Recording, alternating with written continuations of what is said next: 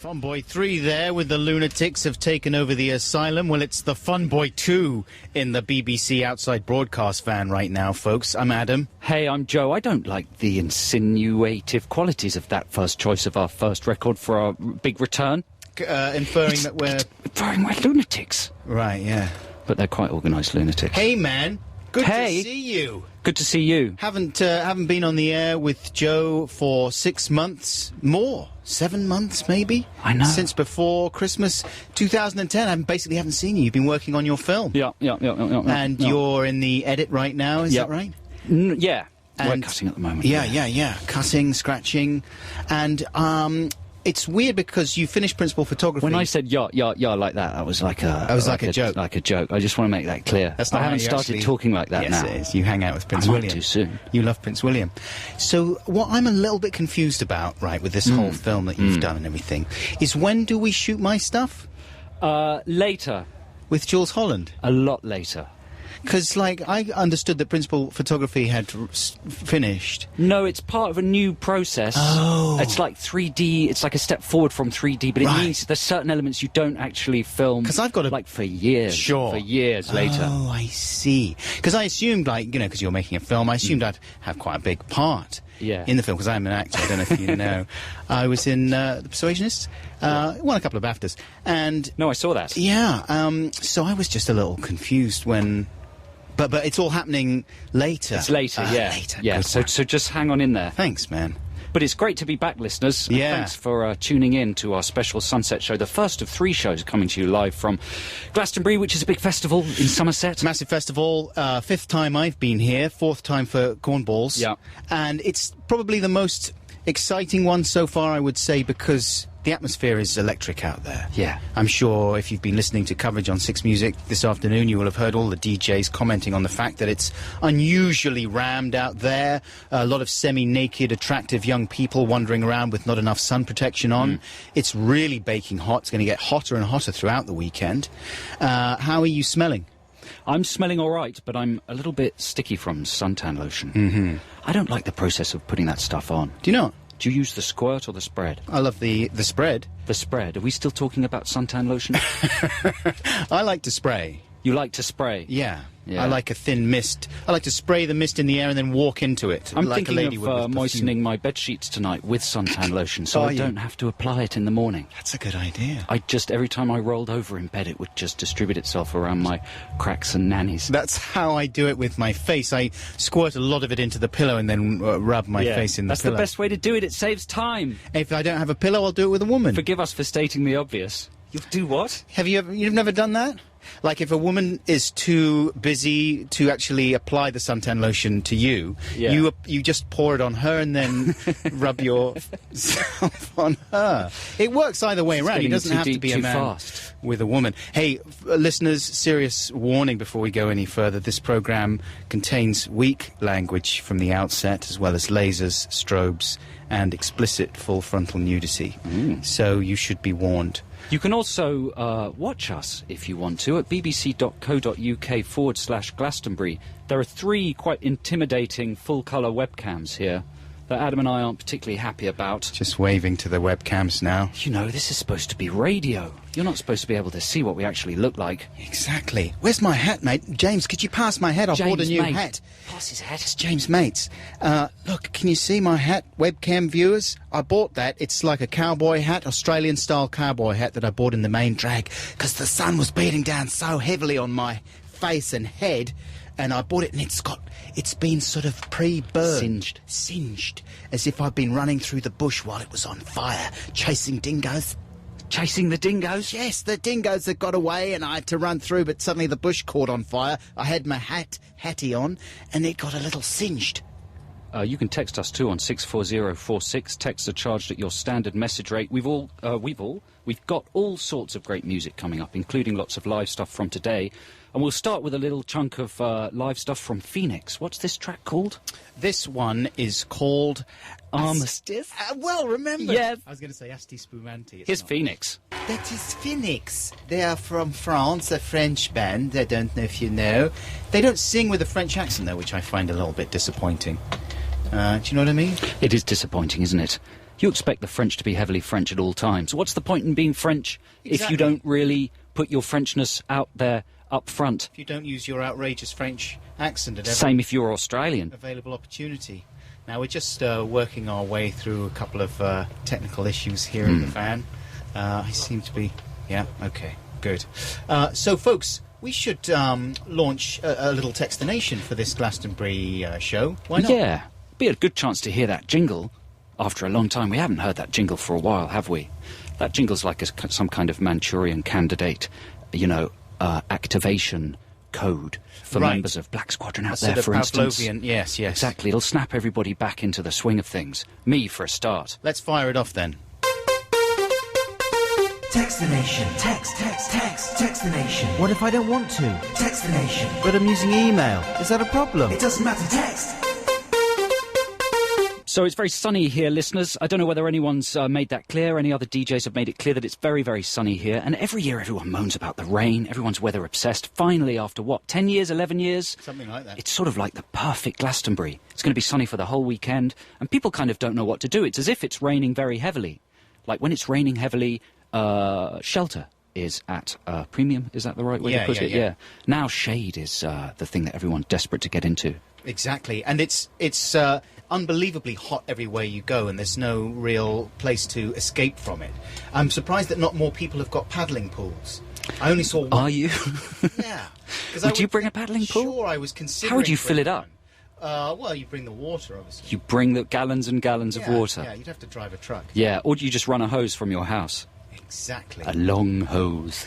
A really long hose. But listen, here's the point of Textination. We are worried that a lot of people over the weekend are going to get horribly sunburnt. Yeah. There's going to be a lot of lobster-type people going around. And we were sort of remembering our childhood and the way attitudes to sun protection have changed. Because back when we were kiddies, people really didn't care. And I remember as a kid, after going on a holiday in France, having a competition to see who could peel off the biggest bits of skin. I know, that's unbelievable. We used to have fun. That would be the badge of pride when you got back from a summer holiday. It was, you'd get all excited because it's a bit depressing getting back, but then the fun part is getting to peel off like a foot of skin from It's a your terrible thing, and forearm. you shouldn't do it. It's medically wrong and very dangerous, but it used to be sort of acceptable. So we want to hear your sunburn horror stories. Nothing too awful, right? Nothing- Or would that be all right? What, like resulting in death? That would be probably too awful. That would be a bit of a downer. What's yours? I mean, have you burned yourself badly? I got horrible sunstroke in Thailand once, and I nearly died. I felt like I nearly died. Yeah, it's My not the same. girlfriend saved me with a salty saline solution. I don't want to know about that. It can be horrific. I mean, and the thing is, you've got to be so careful in the sun. One moment you're absolutely fine. The next minute you get that slightly nauseated feeling, and then it stays with you for ages when you're badly sunburned. There's no kind of comparable feeling to it, apart from being unbelievably drunk and having had a boulder drop on your head. Yeah, it's a recipe for disaster. Drink, great bands, no shade, No shame. no shame. That's the big missing component of the whole thing, you know? If you remove shame. shame from the equation. If you're ashamed of your body, you don't expose so much, right? Yeah. It's people who are prepared to get their boobs out. Mm-hmm. Men and women. And there are a lot of them out there. Yeah. So we'd like to hear any of your sun-related horror stories or fun stories. What kind of fun stories would they have? I don't know. Maybe some people put stencils on their bodies and tan attractive patterns. Do they? Some people actually put olive oil on their bodies so they can cook themselves up nice and brown. Yeah, like lard and stuff, as if they were a big turkey. Mark and Lard. He does that. He does that. He loves to do Does that. he? Based himself. Really? Yeah, let's play some more music. Hang right on, now. we better give people the number. The text Oh, number yes, is that's a good idea. 64046 for Text the Nation. We're getting back into the swing of things slowly, listeners, so, don't worry if your stories are a little bit protoplasmic. Yeah. What does that mean? Well, it's Emergent. Like, emergent, yeah. It's like the goo that formed the universe, formed life on Earth. Why are you asking me? Why on earth would you ask me what protoplasmic I don't means? even know that it exists as a word. Of course it does, but... 64046. Get your texts into the nation. It's important. Here's some music right now. This is Kelly from Block Party. Kelly. Well, it spells it K-E-L-E. Keely? So, Kelly-vision. Hele. Hule. He's from Block Party. He's going it alone. And this track is called The Other Side. That's Elbow with Grounds for Divorce. That's one of my favourite cocktails there. It's from the soundtrack of Kramer versus Kramer. Is it really? It's an interesting fact. Speaking of facts, I've got some remarkable facts about one of the bands who have just played at this year's Glastonbury Festival. That's just what this show needs, some hardcore facts. Well, it's what people expect from us, isn't it? A little bit of structure, a bit of integrity. So here's a little band facts jingle for you. Glastonbury Band Facts. That sets the right tone, I think. It really does. It lifts. It really sounds authoritative. Yeah. And it sort of really pushes home the point that what we're about to hear is factual. Exactly. And also, I was trying to do some kind of branding the way that they would on Six Music and other groovy stations. Good try. Thanks. Nice try. Here we go. Here's our first selection of band facts this evening, ladies and gentlemen. This is band facts about Vampire Weekend. I'm scared. They played a brilliant set today. They did. Did you enjoy it? He's a good-looking fellow, the lead singer there. They were on the Pyramid stage a couple of hours ago, or an hour or so ago. Band fact number 1 about Vampire Weekend. Did you know that each one of the 4 members of Vampire Weekend attended Harvard, Oxford, and De Montfort University, where don't do that. Sorry. Where they all graduated with first-class honours in chemistry, maths, grooving, and tennis. Did they attend all those places yes. Simultaneously? Simultaneously. That's where they met. They had to shuttle between them. lectures. Exactly. Wow. So They're highly educated. They really are. I mean, overeducated. Some, they're the eggheads of the indie rock Being world. overeducated can be an obstacle if you're creative. Sometimes, especially in rock. You know that phrase, paralysis by analysis? No. If you think about stuff too much, sometimes it blocks your tubes. That happens to me all the time. Does it? You're too clever. You want to dumb yourself down. Which tubes are you talking about? The brain tubes. Oh, no, Watch I've got a little different BBC problem. Three. Here's another interesting fact about Vampire Weekend. Lead singer Ezra Koenig is the son of Commander Koenig, who was the head of Moonbase Alpha. No, he was the head of Moonbase Malfa. I was going to say Malfa. What? I wasn't going to say that. It was a real Malfa. Moonbase. Yes, it was No, the do you real not mean Moonbase. Unbase Malfa. Yes, Moonbase Malfa was the real Moonbase that the one in the TV show was based on. I'm talking about Space 1999. Oh, okay. Which was based on Unbase Malfa, where Ezra Koenig's dad was like the head. Here's another interesting fact about Vampire Weekend you may not know. I think we could talk more about the Unbase. Yeah. Trip to the Did you know that Vampire Weekend drummer Monty McGuire Mapplethorpe, Is that his real name? I think so, collects women? Really? Yeah, so far That's disturbing. he has 3. In what? Where does he keep them? Oh, they follow him.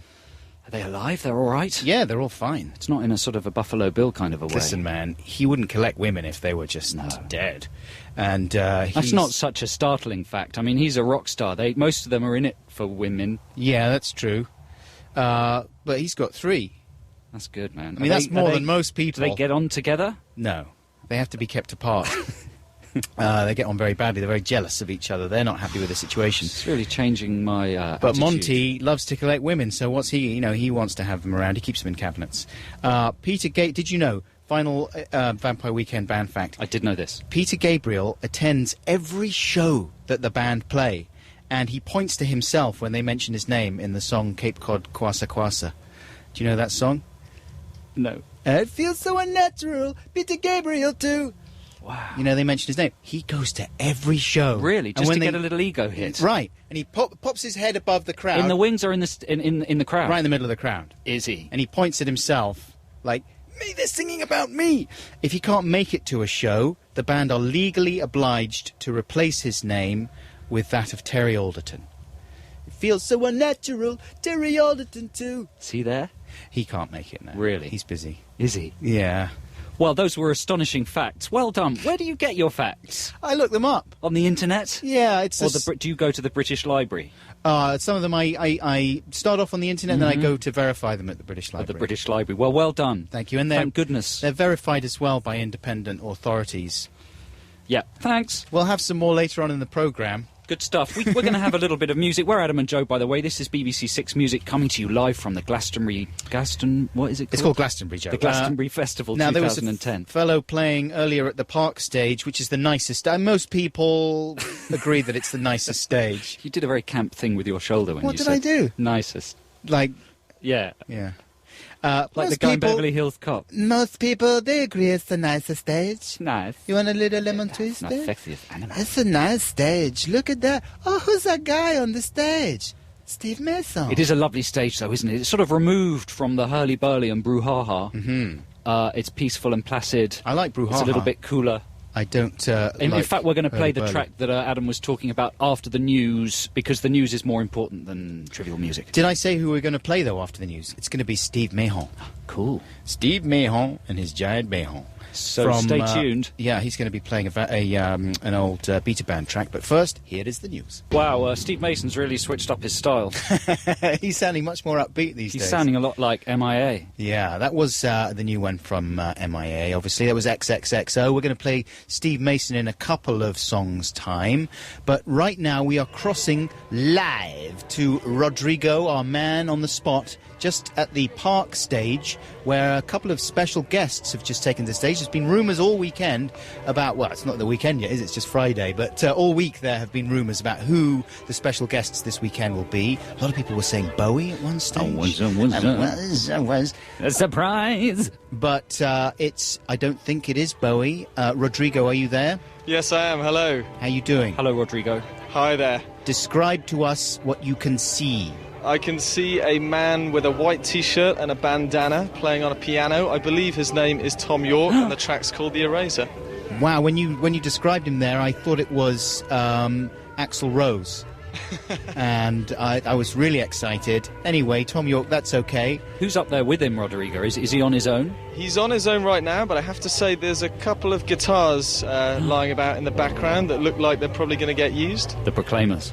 Well, Right. I heard a rumour that Johnny Greenwood is going to be stepping up on stage with Tom, and they're going to be rattling through a few Radiohead numbers. He just started with a track from The Eraser there, his solo album. But, there's going to be some Radiohead hits flying around the Park stage. Rodrigo, what was the response there when the Yorkie Bar came out onto the stage?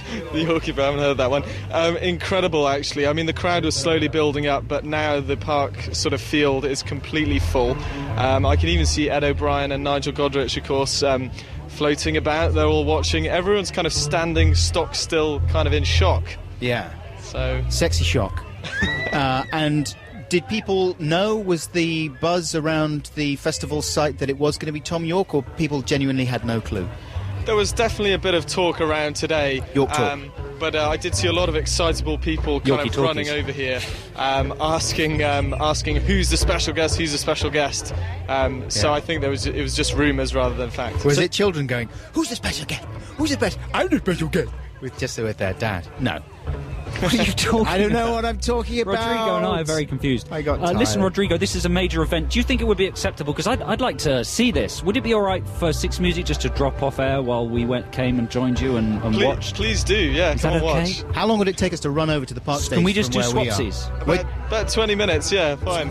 At the moment, we are broadcasting from an OB van just next to the Pyramid stage in the centre of Glastonbury. But yeah, it would take at least 20 minutes, I think, to run over to the And park. is the castle recording this performance? No, we're not sure. Negotiations, it's impromptu. Yeah. It's not that easy. You can't just record and broadcast whatever you want. Do that There's with rules the and special regulations. guests. It's a special thing, only for people who are here. Exactly. Maybe not. Anyway, for fans of York Minster right now, here's a track from his album The Eraser, and this is the title track. It's homosexual there. He overshot there. You reckon? Yeah, he went on singing after the music had stopped. That's embarrassing, isn't it? You would have thought he'd figure that out. Gonna have to go back Come on, and do that Tom, one pull your again. socks up. It's all going a little bit 8-bit there. Come at on, the end, Godrich. wasn't it? Yeah. Some of it was quite badly distorted. I think some of the phono cables weren't in properly. What the Can hell? often happen. It's an old amp. Because it just sounded very badly compressed. It did. Try using the WAV format. That's a good high quality format. It takes up more space on the hard drive, sure. I give that a what? What the? But You do the math. if you're going to do everything on MP4, It's going to sound like that, mate. That's just a little tip for you. Hey, folks, you're listening to Adam and Joe. We're very delighted to be back together covering the Glastonbury Festival. I mean, we're not exactly covering it. We're just here and delighted to be here for Six Music. You can email us at adamandjoe.sixmusic@bbc.co.uk. You can watch us. You can actually see our stupid faces. You don't want to do that, though. I know. I keep forgetting that this is a possible thing that people can do, and I was just picking my nose luxuriantly during the song a couple of minutes back. But if you do want to watch us, you can go to bbc.co.uk/Glastonbury. You can text us, 64046. You can see other stuff from around the site on that address as well. You don't have to just look at our faces. No. You can see... Can they see bands performing? You can see all sorts of bizzles. Absolutely. And there's other stuff on the internet as well. Yeah. I mean, there's blogs. You can shop on there. Really? Yeah. You can see pictures of men and women, animals. Everything is on there. You can buy a house. You can do like a cartoon. Do a cartoon? Yeah. Not sure you can do a cartoon. Yeah, you can. Hey, listen, let's have some of your Text the Nations. Could we have the jingle, please, James? Thank you. Text the nation. Text the nation. What if I don't want to? Text the nation. But I'm using email. Is that a problem? It doesn't matter, text. Now, if you're new to Adam and my show, don't go thinking that Text the Nation is just another one of those segments where you just, like, we give you a premise and you text in ideas. No. Other radio shows, loads of other Everybody radio shows. does that. Yeah. Why would we just do exactly what everyone else does? Exactly. And give it a fancy pants, self-aggrandizing name. If we did that, it would hardly be the nation's favourite feature, would it? Exactly. Which this is. In what way is this not that? No, I'm saying that this is... Oh, I see. Well, it's different because you're reading them.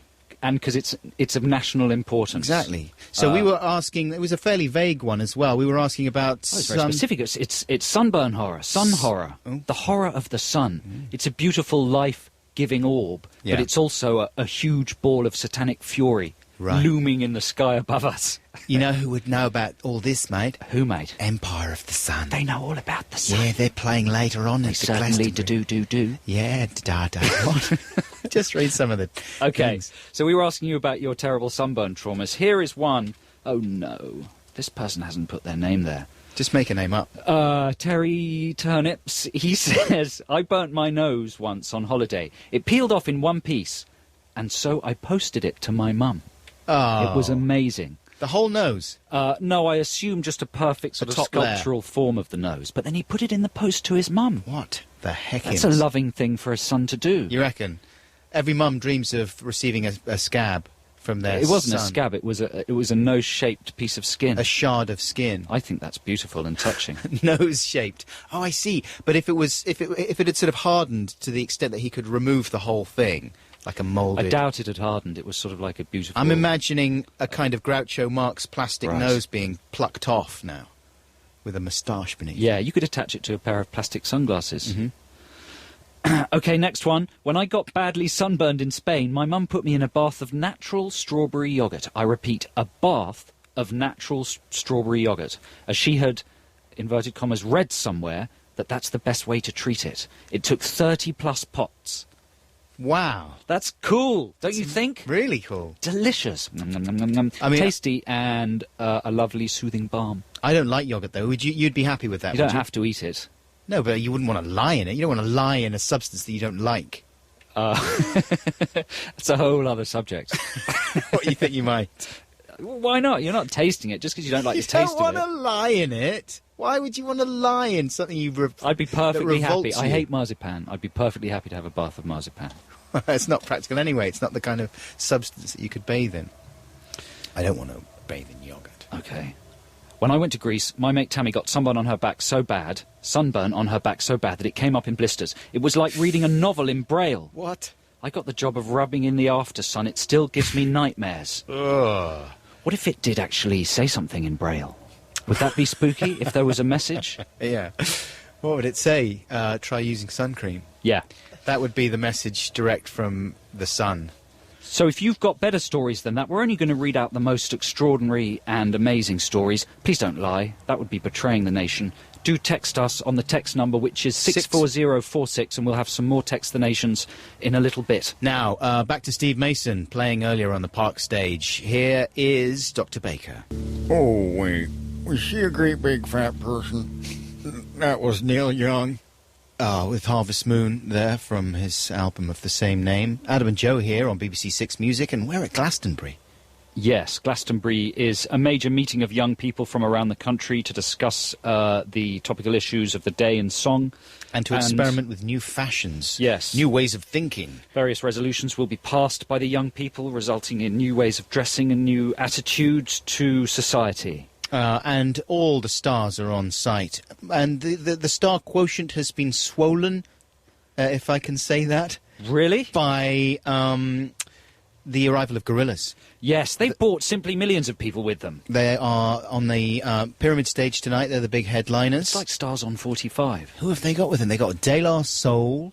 They've apparently got Marky Smith. This is sort of rumoured. Is it definite, or are these rumours? Is it rumours? De La Soul, Most Def. They're in the house. There apparently. Lou Reed. Sean Ryder. Lou Reed. Yeah. I mean, he's got all the most cantankerous figures in rock on one stage at one time, and that's sure. Can you imagine what the dressing room is like at the moment? Brian Cant is here. Brian Cant, he's strolling around. He's punching Lou Reed. Mr. Blobby. Lou Reed's wandering around going, why is Brian Cant staring at me? I don't want Brian Cant staring. And then Marky Smith sort of comes up. How you doing, Brian? What's going on? It's like some kind of... I was just going to say something so stupid. What were you going to say? I had to rein it in. I was going to say it's like some kind of Hanna-Barbera cartoon. Barbara? What were they called? Barbara? Barbara. Hanna-Barbera. But then, of course, I realised they are a cartoon band. So it was a completely sort of self-negating They're comment. playing down the cartoon element, though, I think. Yeah. Like they don't have the thing like the where Animal Olympics. where they walk on Animal Olympics. Animal Olympics. They don't walk on... It's not like that. It's like the some Animal of the Olympics. Concerts they've done, they've got the gauze thing that they stretch across the stage. Do you know? Yeah, and they then do they a 3D projection. Yeah, they project the people that come on stage. Like Cliff Richard in Time. Uh-huh. That's right. Is he the guy that pioneered all that? He pioneered a lot of stuff. They should... Why isn't Cliff Richard one of the He's guests? probably here as well. You see, I'd have In more hologram respect form. for Damon Albarn if he came. In fact, we got a message from Damon Albarn, which he left earlier on. Really? For Six Music. Here it is. Hello, this is Damon Albarn. I seem to have lost or mislaid some of my confidence. If anyone finds it, can they please hand it in to a member of staff? I really need it for later on, thanks. That's a shame, isn't it? Is that what... Yeah. So... You know, usually when he's got his confidence, he's more perky than that. Right. Because you were thinking, I didn't know he spoke like that, right? Well, it's based on some profound observation about Albarn that I don't understand. Does his confidence wax and wane? No, it's not that specific. I need the facts. Why are you asking me? We'll have some more band facts later on, though. That's exciting. That's exciting. Isn't it? Yes, it is. Let's have some Bowie right now, okay? You can't go wrong with a bit of David. We'll play a Bowie track every night while we're here at Glastonbury. There are rumours that he might turn up. There are always still rumours. rumours? There are still rumours. I mean, there are sort of surprise bands on the Park stage, as we know, right? Yeah. Every night of the weekend, and lots of rumours always fly around. Bowie, last time he was here, of course, came by chopper. Did he? Was the sound of the rotor blades. This year, the rumours are that he's actually being airlifted in by 40 remote control helicopters strapped to a suit. Wow. And he's just going to be lowered into the middle of the crowd. I heard that he was tunnelling up from the centre of the Earth. Really? Where his base is. Really? Yeah. And he was going to explode on a plume of volcanic goop. I heard he was in the spaceship thing from the film The Core. And it was being piloted by Hilary Swank. That's what I heard. Yeah. I think that's... So, fingers crossed. I think that's I what mean, he's it doing. sounds outlandish, but you never know. The other thing I heard was that they had specially seeded a rain cloud so that it could hold a man. Really? And he's actually going to rain? They've changed the density of the cloud so that it will hold Bowie and then they will guide the cloud down. He'll hurt himself when he lands, won't he? No, because the cloud will come right down. Ah. And then he'll come over. Well, it's exciting, isn't it? Who knows whether any of that will happen? I do. It will. Here's David right now. This is Suffragette City. That's David Bowie with Suffragette City. Adam and Joe here on BBC Six Music, live from the Glastonbury Festival 2010. Happy 40th birthday, Glastonbury Festival. It's nice. It's a momentous year in many ways, not least because it's the 40th birthday of Glastonbury, but obviously because of the sport ball. Yeah, everyone out there knows that me and Adam are big football fans. We love the footy, so this is a very exciting time of year for us. We live for the game. We live for the game. Football, the great game, the beautiful game, the lovely ball. The gentleman's game. Sport of kings. Sport of kings. Sport King of kings. Sport of kings. Shut up. Sport of kings. We love the Sport of violence, Sport of kings. which, unfortunately, there's no violence anymore, really. I was reading a thing in the paper that said that British fans have been extraordinarily well behaved in South Africa, and of course that's a brilliant, brilliant thing. And, it's not just great that there's all the sport ball going on, also it's in South Africa, mate. So it's a nice opportunity to talk like that, like a real South African, out of respect to the people of South Africa. That is very respectful. And if you don't do the accent, well, that's not respectful. You'd expect the same if they came to this country, wouldn't you? To do the accent. I don't think I can even engage with that accent. So have you been watching all the games and getting all excited? I've tried to avoid it. What? I've tried to avoid it. Because too excited? Well, I've been working, but in central London, so it's hard because huge cheers go up whenever anything happens. So, you get forced to check it out At on the the moment, internet. so far it's been, oh! Those have been the main cheers I've heard. That's a little in-joke, I think.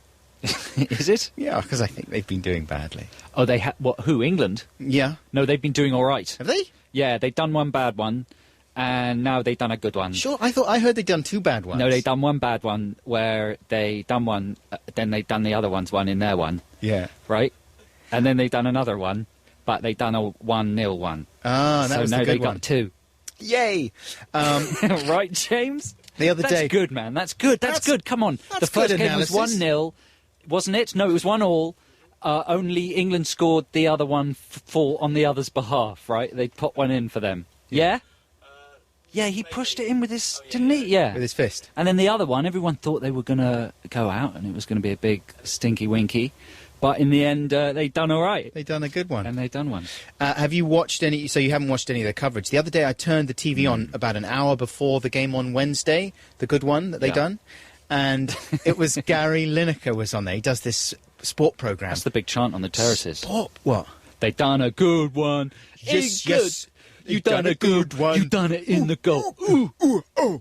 I turned on the telly and there was Gary Lineker, right?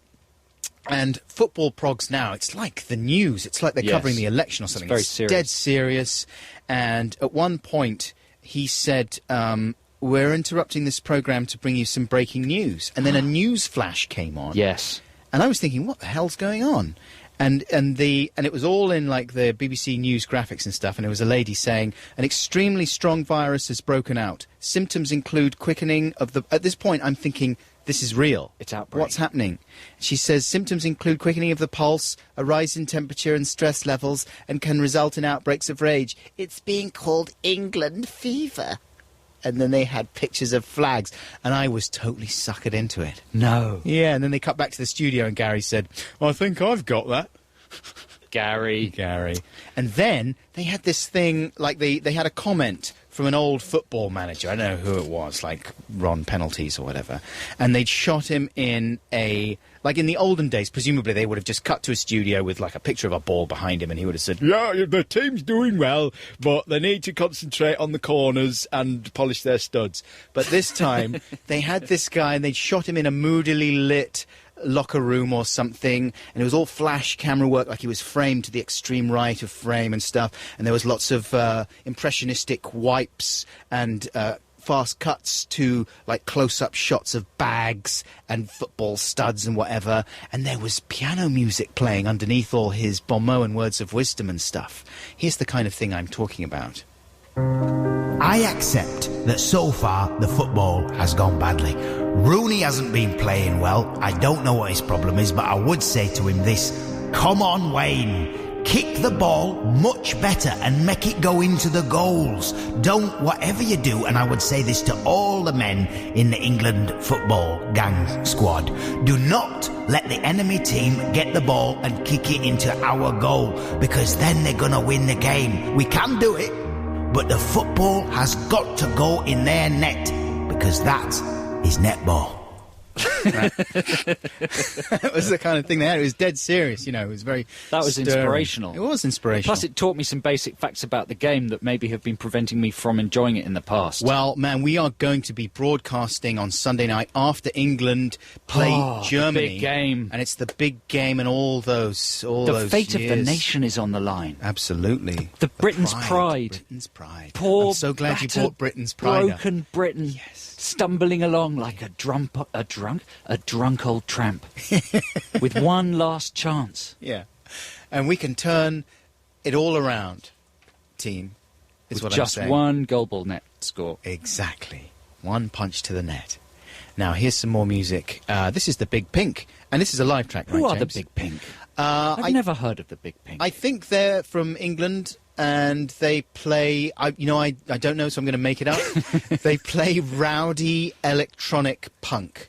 I don't think they do. I think they play very infantile kind of baby music. Plinky plonky. Just they've got a big, squeezy old synth. And just quack, quack, quack, quack, quack, quack, And they quack, sing quack. songs- What have you done? What have you done? I liked it. It Yeah. was fun. Like that, slightly offbeat. It's fun to eat peas. It's fun to eat peas. Look at the peas on the fork. Seriously, the audience for pop music is getting younger and younger and younger. So this is a new thing that's happening. A lot Yeah. of music aimed really at the under fives. You done a dribble. Wipe it up now. You done a dribble. It's fun to eat peas. It's bound. Neither of us have heard this record, but it's bound to sound very At like least that. one of those things have got to be in this Come on, track. James, prove us right. Dominoes by the Big play. Pink. All right, mate. That's enough. Calm it down. Calm it down. Calm You've it had your down. fun. Time to go to bed now. Pack your stuff up and get off. Clean up the front room. Turn the telly off. Pick go up to bed. those cans. Wipe the stuff off the stage There there. we are. Listen, that was the Big Pink with Domino, and we've actually even played that record. Have we? On our show in the past. For some reason, I had no idea the band were called the Big Pink. It sounds like not a good enough name. Names, titles. It's all very... It's very superficial. Very 10 years ago. Yeah, we're interested in the music, not the label. So listen, folks, earlier on we went for a very long wander around the Glastonbury field complex. We like to, when we arrive in a new place, we like to find the highest ground and survey the area so that we know what lies ahead of us. We were hoping Stevie Wonder might be there because he prefers a higher ground as well. Here's what happened. We're sat on the hill just above the park stage, and it's as if there are many cities beneath us. We're looking at them from miles above the earth, but we're not. It's just quite close. They're just tents. It's a sea of revels. There's revelry happening. Oh, as far rebel! as I thought we you said can see. rebels. No, it's a sea of rebels There's in a a way, lot of because everyone rebels. here is rebellious in a way. They hate the man. Everyone here hates the man. And there's a lot of individuality and a lot of expression of individuality. it's a bit too much Exactly. expression of In individuality. 10 years, what's it going to be like? Because you would think that the expression of individuality has got as extreme as it can possibly get down there. What more can they do to express their individuality? Well, to illustrate Adam's point, on the way across the festival site, we saw a lady sitting on the ground. She was a more senior lady. She was nude, wasn't she? I would say she was in her 70s, and she was very had deeply tanned, wasn't she? Yeah, she had skin like an old school satchel. She was very lovely, but she was naked and reading a book. We approached her from behind so we was could very only lovely. see her back. She's a lovely person. She was, I'm sure, a lovely person. She looked really... She was lovely. There's nothing unlovely about No. the body of an Certainly, older person. it just takes you by surprise. It just takes a bit of getting used to. It's like suddenly being in that room in The Shining. Yeah. She didn't come for us like that woman does. And then No, we but walked past another teepee, and there was another woman inside the teepee, a similar age and Lots in of a similar naked old state of people. undress. So, hey, if you're, in your later years and you feel like hanging around in the nude, this is the place to do it. Without getting arrested. We approached this old woman from behind, didn't we? None of us dared look back. Yeah, we walked past her, and Her everyone book was was saying, wide don't look back, and we were all trying not to look back. The pages of her book were wide open, Yeah. with all the words on display for all to read. The leaves flapping Not sure in it the was a wind. book that was suitable for adults either. Children, what? What do you think she was For reading? anybody. Yeah. I don't know. Enid Blyton. Steve Mason's about to come on stage. I was going to say something so obscene. That's why I could sense it, so I stopped you. I had quite a few ideas of what her book was called. But going back to the whole notion of people expressing their individuality, like, what is the future other than getting naked and having tattoos and stuff? Well, I suppose stripping away actual layers of skin so Yeah. muscle is exposed.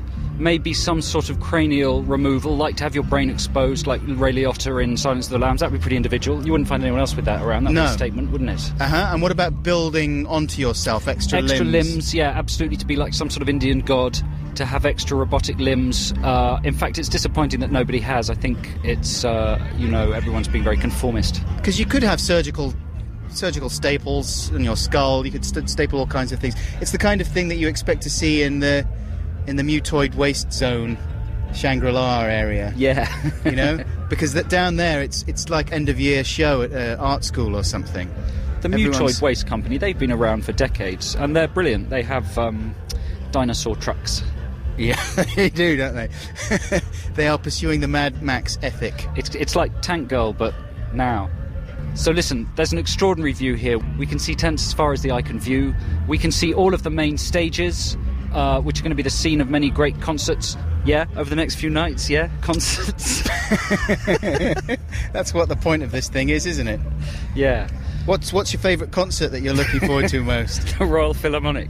Yeah. I hope there's a bit of Sibelius. It's hard to believe that there actually will be any concerts. The atmosphere is so chilled and relaxed and sunny that the idea of people getting together in a big mass and jumping around seems too exhausting and hot and sweaty. Well, during the hot hours of the day, everyone's just getting ready to let go tonight. Yeah. And I think when the sun goes down and we come on air, the place is going to be bedlam. There's going to be so much pent-up energy. It's going to explode. It's going to be the most incredible Glastonbury ever, I predict. What's the nude lady, going to start doing at that point? Well, she'll go out into the throng. And start rubbing... Yeah, she'll go into the most crowded mosh pit available. Yeah. Put her arms above her head, waggle her wizard wares around the place. And before you know it... Because, let's face it, in a mosh pit situation, you can press yourself up against whoever you want. Yeah. I mean, it's a very conservative world at the moment, but this is a chance to really... It's not the kind of place that people are expecting to be have their personal treated with space decorum, respected. exactly. Yeah. And you couldn't reasonably sue someone for harassment afterwards, could you? So that lady, she can go and really let it all hang out, and she can get intimate with people of all ages. It's a good idea for perverts, though, isn't it, to go to a thing like this and just get absolutely... Because people can't really We are object. at a thing like this. We're here. I know, but this is what I'm saying. This could be a plan. Get nude, go right into the middle of the crowd. No one would know you were nude because you can't see anybody from below the head and shoulders, can you? Exactly. I mean, no one would know what was going on down there. Listen, should we play some more music now? Let's play some more music now. Okay. Check this out. It's a bit much, isn't it? Talking about drugs? Yeah. On a family show. On a castle programme. Brian Ferry. Hey, you know Devendra Bernhardt is around the festival site this weekend. Ooh, with his voice, singing his folksy songs. We should get him in. You guys could have a sing-off. Yeah, that would be nice. Yeah, Speaking can of we which, arrange that? we spent the whole of Glastonbury last year promising that you were going to sing Harvest Moon. That's why we played it earlier on, to remind ourselves of that promise. I just think that you guys are more excited about that than the listeners. I mean, who would What if want we could find someone else to play it and you could sing along and harmonise and stuff? That's not much of an achievement. That's just karaoke. Yeah, but it's star karaoke. No one wants to... With Joe no one Corny wants to hear Cornballs. a DJ singing a song. Of course they do. They love it. Imagine if Mike Reed started singing away. He did. He had a successful musical career, didn't he? Singing old rock and roll numbers and stuff. And I, for one, jumped for joy every time he did so. So how did you get to the Glastonbury Festival? Because you arrived today, Joe. I arrived yesterday. Yes. I was interested in an email I was CC'd on when we were talking about doing the show. Mm-hmm. You had, Adam, and it was like talking about the arrangements to get down here, and you were very insistent that you were going to bring your bike. Yeah. It was part of your conditions, must bring bike, must be allowed to cycle on and off the site. Yes. And that's true, isn't it? You really wanted to do that this year. Have you done that? I have done it. I just noticed last year that actually the distance between where we're staying, because we're not staying on site, we're staying nearby in beautiful Wells, of course, Hot Fuzz City. And it's really not very far away. It's only about 6 miles or something. And yet, at the end of the evening, when you wait for the curfew to be lifted, first of all, for the vehicles, because you can't leave immediately after the show is finished, even if you wanted to, which we don't. We want to hang around and have fun.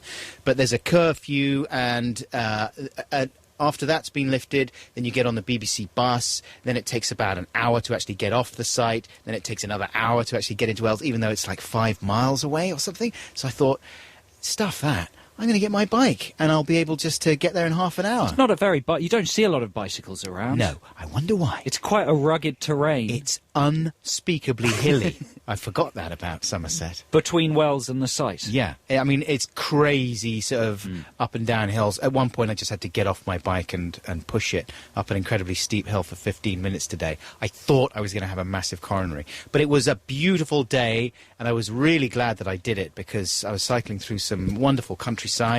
Unfortunately, when I got to the actual site, that took me another 45 minutes too, because they wouldn't let me through the vehicle gate. I had to go through the pedestrian gate with my bike. Wheeling your bike. Wheeling the bike. They wouldn't let you ride it. No. I had these images of you eccentrically dressed, maybe in a top hat, cycling through all the crowds, people shouting Count Buckuley's name. Well, last year we saw Grimmy Grimshaw, didn't we? Grimmy Grimshaw. On his little bike. And Grimble and Grimble at Christmas. He was cycling through the VIP area on a fancy little bike, wasn't he, Nick Grimshaw? He certainly was. And so I was hoping to get a bit of that action, I must say, but it didn't really materialise. I just got incredibly sweaty. But I was glad I did it. I'm not sure I'm going to cycle back tonight, though, because I think I might have... You might have an accident. Might have a little drinky afterwards, and I wouldn't want to take any chances. No. It'd be fun going back, though. I like it going back, because I might chuck my bike in the bus, and then there's all the bonhomie and the camaraderie, and there's Steve Lamack. He hangs from the top of the bus. And everybody else, swap stories and... Stop talking. Time for the news. Here it is. Stephen Wonder there with We Can Work It Out. This is Adam and Joe here at Glastonbury 2010. Very excited to be reunited for the first time this year for you listeners. That's oxymoronic. Reunited for the first time. My dad will get my dad angry. Probably yours as well. Have a think about that. If you're a big fan of Stevie, even if you're not... you can listen to him, his performance here at Glastonbury live on Sunday night on Six Music. Lamack will be introducing that right after us, basically, at what time? 10 o'clock on Sunday night. What do you think he's... obviously we did a little Ebony and Ivory jingle there. He's not going to be playing that, do you think? Well, I don't know. Maybe he will. Maybe he'll invite us on. That's what I'm hoping. To sing along as well. And what about some of the cheesier numbers? I Just Called to Say I Love You, I'm thinking of... I think that's a perfectly reasonable song to play. Sure, my mum would be very disappointed if he didn't play it. I think people presumably are hoping he'll do a kind of a greatest hits set. Yeah. Right? He's not going to wheel out the new stuff, is he? Surely. His obscure new direction. His deconstructionist What's the music most recent Stevie Wonder track you know? He Just Called to Say I Love You. I remember one called Skeletons. Skeletons in that closet. When was that from? 6 years ago. Anyone else remember that? 6 years ago. I didn't even know More than that, maybe 10 years ago. I didn't even know he was doing new That's plops. the last thing I remember. He'd done a new one a while ago. Wow. I thought he'd just reached that stage where he'd thought, I'm not going to do any more new plops. I'm just going to carry on wheeling out the old ones. This is becoming very speculative. Do you know what we need? We need some facts. Right on. Bam facts. Now, Snoop Dogg, he played earlier on today, around about 5 o'clock, the naughty hip-hop sensation. There's a rumour going round. Oh, can I say that I saw... Yeah. I mean, everyone else has probably said this, but I was in the press area and he came through it. Ah. I thought at first he was jogging because he was sort of moving along at a semi-sprint, flanked by 4 huge bodyguards in sort of beautifully dressed in black suits and white shirts and black ties, jogging along beside him. Like the Blues Brothers. Yeah. It was amazing. He's very tall and very, very lean. He still looks about 19. He's like a whippet. Yeah. And there was a genuine frisson went through the crowd. Well, he's properly famous, isn't he? He really is. Even though he's... Yeah, he's brilliant. Even though he's what? Nothing. Do you want some facts? Yeah. So, here's some interesting facts about Snoop Dogg. Did you know that Snoop's controversial album Doggy Style is not just about dogs? It's also about style. Snoop, did you know, was once known as Snoop Doggy Dogg, but he dropped his middle name because he thought it was just too silly. Really? Yeah. Really? So he's gone with Snoop Dogg instead. It's a bit like Larry Fishburne calling himself Lawrence Fishburne, people would take him more seriously. Makes sense. Sounds true. You know, I mean, he sort of he woke up one morning, Snoop Doggy Dog? What kind of a crazy name is that? No one's going to take me seriously. I got to drop the doggy. It makes perfect sense. Yeah. Did you know that Snoop's father, Michael Dogg, wanted his son to work in his winemaking business? And he is very bitterly disappointed when Snoop chose to be a singer instead. Really? Yeah. He's from a lot of people don't know that he's from a very aristocratic family. Yeah. Isn't he? Absolutely. Michael Dogg is one of the premier winemakers in that part of Los Angeles. Vintners. Vintners is exactly what he is. And yeah, it's very humiliating when your son, who supposedly is going to take over the winemaking empire, turns his hand to being a singer instead. Yeah. Final Snoop fact. Snoop disapproved strongly of the macho posturing associated with hip-hop, and he decided to braid his hair like a girl in protest. That's why he does it. Really? Yeah. I thought that was because he was a big Pippi Longstocking fan. That might be partly to do with it, but no, it's like an in-your-face. It's like, I'm going to look as much like a little girl. Pippi Longstrumpf. What is Pippi Longstrumpf? I think that's how you say it in the country where it's from, which is somewhere in Europe like Dutchland. Ah, yes. Pippi Longstrumpf. Longstrumpf. What are the Smurfs called in their original language? The Strumpfs. Or something like that. It is, I promise you. They're called the Smurfs. They're not, they're called the Stroofs. The Stroofs. The Stromps. Someone will text us in and tell us what the Smurfs are actually called in their country of origin. What was those? Which is Smurfland. Yeah. Ruled by General Abrahams. Yeah. F. Murray Abrams. Yeah. No, J.J. Abrams. J.J. Abrams. Father J.J. He runs it. Yeah. So what are we doing music-wise Yeah, now? we're going to have some music now from Snoop Doggy Dog. This is live from the Pyramid Stage. Snoop Doggy Dog. I thought we just established I'm sorry, I'm terrible That's with silly. facts. It's a I'm silly awful name. with facts. Snoop Doggy Dog. This is a song called Gangster Love, spelt L-U-V. That's the Breeders with Cannonball. Adam and Joe here at Glastonbury. How you doing, listeners? Very nice to be back with you. We were talking earlier about our respective trips here, and yesterday I took the train from Norwich to get to Glastonbury. It was a little two-leg journey there. Unfortunately, my train to London from Norwich was cancelled when I turned up, Joe. Looks a lordy. I had to make alternative arrangements, as did the rest of the travellers on that trip, and it was very busy. And because it was a lovely sunny day, more people than just myself had brought their bicycles, which they hoped to put on the train. It wouldn't have been a problem if the train was running normally to London. We would have put it in the guard's van, no problem. But because the train was cancelled, it was the alternative was one of those 3 coach jobbies, like little hoppers, basically. Hate them. You know? But still, there's bike storage on those. So all of us, there was 4 of us with bikes, we all crowded round the doors for the bike storage carriage. And the first chap, when the doors finally opened, put his bike on the bike storage bit, and I was waiting patiently for him to move so I could put mine in there. There was a couple of girls with bikes behind me. And then this sort of posh bloke who looked a little bit like Tim Nice but dim, you know, got up. Was it Christopher Nolan? Could well have been. Yeah, could well have been. And he got that up there, and he had quite a big black suitcase. And he popped the suitcase next to the bike in the bike storage area. So the fellow before me with the bike said, "Oh, could you move your bag? There's other people who are going to be putting their bikes in." And he said, "No." And so he said, "What?" He just said, "No, I'm not going to move it." And so the guy was like, "Oh, it's a bike storage area, though." "No, it's not." And so we had the satisfaction of pointing to the large sticker that said bike storage. Nice. He said, "Well, there's seats there. There's 3 seats there, fold-up seats. What if I want to sit in those seats?" We're like, "Okay. Those other seats, you could sit. Well, where am I going to put my bag?" "Well, you could put it in a luggage rack." "No, there's no room. I'm going to sit here. I'm going to sit on my bag right here. What do you think about that?" Was he mad? Well, this was the thing. I looked into his eyes, and he was all a quiver, a little bit. He was like shaking. He really was. Maybe he'd had a bad day, I don't know what, but he was thinking, I am going to jolly well have a confrontation about this. I'm going to stick to my guns. I'm sick of people with bikes telling me where I can go and where I can't go. No, I'm going to sit here in a bike storage area on my belly bag. If you want to do something about it, you can. Laura Blinder Data. Wow. He turned into Cilla Black. But, so he was absolutely quivering. And I was thinking, wow, this is amazing. Usually it's me that's in these situations getting furious. And now suddenly I'm confronted by a totally unreasonable guy. And you were cool as a cucumber, in total control. Cool as a So what an amazing opportunity to say some of the coolest things you've ever said. Well, I didn't want to put him down. No. I thought this is an opportunity... Very adult, very mature. For me to help this nutcase. And because people were sort of standing around, the train was about to leave. He was stopping everyone from putting their bikes on and stuff.